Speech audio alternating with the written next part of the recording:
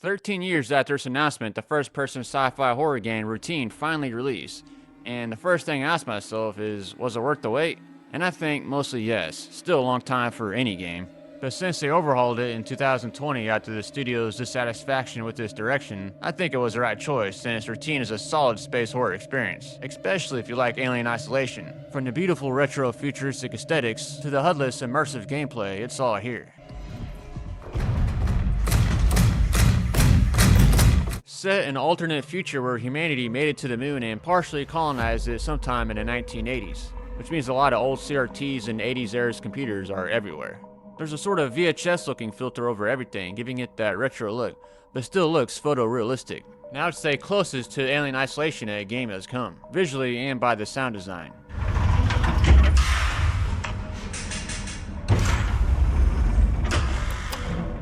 Most of the horror comes from the spooky atmosphere you get from an abandoned space station, and doesn't over-rely on jump scares. You really feel the dread and isolation of this character who has awakened on the moon with no person alive in sight, giving the game a very liminal aspect to it, with places that are usually crowded with people now devoid of life, except for the killer robots that want to squeeze your head off. But there was this one nice robot who was pretty helpful. Thanks, little buddy. Quickly after starting the game, you'll notice that there's little hand-holding as possible, and you may be wandering around this maze-like levels quite a bit, which may seem obtuse. But once you understand how to solve things and progress, it becomes easier. I was stuck in the first room longer than I'd like to admit. To give you some advice, I'd make sure you read everything from emails to post-it notes. There's usually something there that will help you out. And learn everything you can about the cat or cosmonaut assistance tool, the main mechanic, which is used for everything from a weapon to saving your game and puzzles. It has sort of a Wi-Fi that connects to computer terminals and these projector points on the walls, which will display your tasks and other things you collected like videos and emails. But it can feel clunky at times as you try to hit the right button on the cat to activate the right mode, or to try aiming it as a weapon.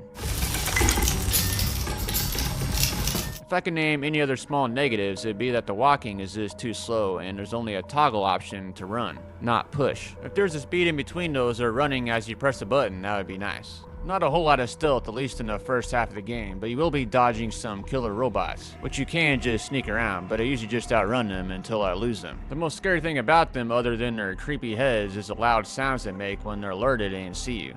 It's very unnerving. If they grab you, they'll throw you to the ground, allowing you to get up again. But if it gets you a second time right after, it's game over. And there's no health bar. And if their core is exposed, you can stun them with your cat for a brief period of time. I won't get too much into the later half of the game, but there is something else stalking the moon base. A terrifying hostile entity that changes up the pace of the game, and goes in a cool direction, which I'd feel guilty for telling you more. But trust me, it's the Alien Isolation stuff you want. Routine is a very minimalist kind of game, trying to figure out its puzzles and clunky mechanics. And it's refreshing to have a game in today's age that does zero hand-holding, though you may be looking up a puzzle solution online occasionally. It's a terrifying Alien Isolation-like experience, but also becomes its own thing, and you'll be eager to find out the story of what happened on the base through emails, audio, and the well-crafted video logs. It's a solid 6 to 7 hour sci-fi horror game with a great second half that I recommend trying, especially if you have Game Pass. Thanks for watching. If you found this review to be helpful, please drop a like. And if you want to see more, be sure to subscribe so you don't miss any more of the latest horror game reviews and news on upcoming horror games. I'll see you guys next time. Stay frosty.